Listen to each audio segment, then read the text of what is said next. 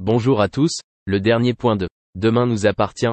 Notre actualité du jour portera sur Demain nous appartient, 1593. Alexis a traîné Timothée au quai pour fuir, la police poursuivit. Retenu en otage par Langlois avec son fils dans son domaine privé, Victor lui obéit des doigts et des yeux. Après l'avoir diverti toute la nuit, il a reçu un SMS de son contact lui fixant un rendez-vous dans la matinée. Langlois lui ordonne d'accepter le rendez-vous, puis de s'y rendre seul pendant qu'il reste avec Timothée. Langlois a également forcé Victor à laisser son téléphone derrière lui. Victor retrouve son contact près du port et lui paye les faux documents dont Langlois a besoin pour quitter le pays. Le contact de Victor ajoute qu'une cargo pourrait l'emmener le lendemain. Pendant ce temps, Langlois reste seul avec Timothée. La deuxième personne est restée dans la bulle grâce à des écouteurs anti-bruit, jusqu'à ce que son ravisseur lui ordonne de se préparer du café. Au même moment, les Philippines arrivèrent. Langlois se fait passer pour l'ami de Victor. Sans aucun doute, les Philippines sont parties. Au commissariat, les policiers n'ont toujours aucune idée pour retrouver Langlois.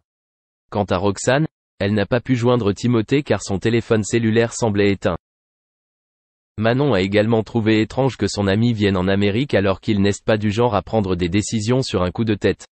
Karim demande à Roxane de vérifier la liste des passagers sur les vols à destination des États-Unis. Quelques minutes plus tard, Roxane confirmait à Karim que Timothée n'avait jamais été un parieur. Karim décide de convoquer Victor au commissariat pour clarifier l'affaire. De retour au domaine viticole, Victor donne à Langlois ses faux papiers. Au même moment, il reçoit un appel de Karim. Langlois lui a permis de décrocher le téléphone à condition qu'il le mette sur haut-parleur. Karim convoque officiellement Victor au commissariat à propos de Timothée, qui a piraté leur système informatique. Immédiatement après avoir raccroché, Langlois a ordonné à Victor de se rendre au commissariat, mais il a dû réussir à convaincre les policiers de le laisser partir. Une fois sur place, Victor a déclaré qu'il ne savait pas où se trouvait son fils.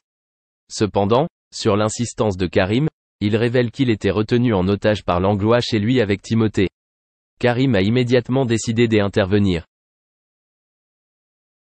Une équipe de police se rend donc au domaine viticole, tandis que Victor porte un micro. Franck lui demande d'isoler Langlois et de se mettre d'accord sur un signal. Victor entra et n'y vit personne. Au sol, il retrouve les écouteurs anti-bruit de Timothée, cassés. Merci d'avoir regardé et à la prochaine vidéo. N'oubliez pas de vous abonner à notre chaîne. En attendant, dites-nous ce que vous en pensez dans la section commentaires ci-dessous. Au revoir. Toutes deux présentes au Festival de Cannes pour la présentation du documentaire intitulé Jane par Charlotte. Charlotte Gainsbourg et Jane Birkin ont fait une apparition très remarquée sur les marches du Palais des Festivals. Lors de ce rendez-vous avec le public, les deux chanteuses et comédiennes ont également accepté de rencontrer la presse et d'évoquer les circonstances de leur travail commun.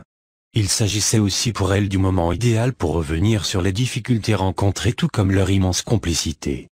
Si aujourd'hui Charlotte Gainsbourg fait la une de l'actualité en tant que réalisatrice, ce travail a pourtant eu du mal à voir le jour. En effet, sa mère Jane ne semblait pas emballée à l'idée que sa fille puisse s'intéresser de si près à sa vie. Quelque peu gênée, l'idée ne paraissait effectivement pas l'enchanter. Mais à force de persuasion, la compagne d'Yvan Attal a réussi à convaincre sa maman. Aujourd'hui, elle présente donc toutes deux de ce film dans le cadre de la sélection du Festival de Cannes. Lors de ce rendez-vous, elles en profitent également pour rencontrer les journalistes. Dans les colonnes du Parisien, elle accepte d'ailleurs de se livrer comme jamais. Lors de cet entretien, Charlotte Gainsbourg parle notamment de son exil américain. Complètement dévastée après la mort de sa demi-sœur Kate en 2013, la comédienne ne tient plus en place et décide de s'expatrier à New York.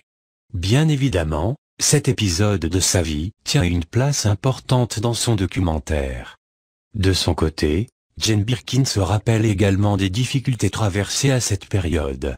Le départ de Charlotte a été pénible, mais compréhensible. Avant de rajouter, pour Charlotte, ce film a commencé après 6 ans de séparation, enfin non, mais d'éloignement entre nous. Durant plusieurs années, Charlotte Gainsbourg ne va quasiment plus revenir en France. Bien décidée à oublier la disparition de sa sœur, ou du moins tenter de s'en remettre, Elle trouve ainsi à New York une nouvelle vie et un cocon loin des problèmes qu'elle a visiblement laissés dans l'Hexagone. Pendant ce laps de temps, la mère et la fille ne se verront que de manière épisodique et une véritable déchirure va alors naître.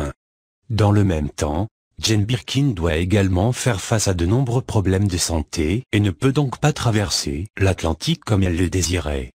Pourtant, cette séparation aura peut-être été salvatrice. En effet, Charlotte Gainsbourg reconnaît que ce périple américain a profondément modifié sa façon de voir les choses. Si je n'étais pas parti, je pense que je n'aurais jamais pu faire ce film. Et même la rue de Verneuil, la maison de son père, je pense que je l'aurais vendue. Grâce à ce départ et à cette vie américaine, Charlotte Gainsbourg a véritablement une prise de conscience. J'ai eu besoin de m'éloigner pour comprendre ce qui comptait vraiment.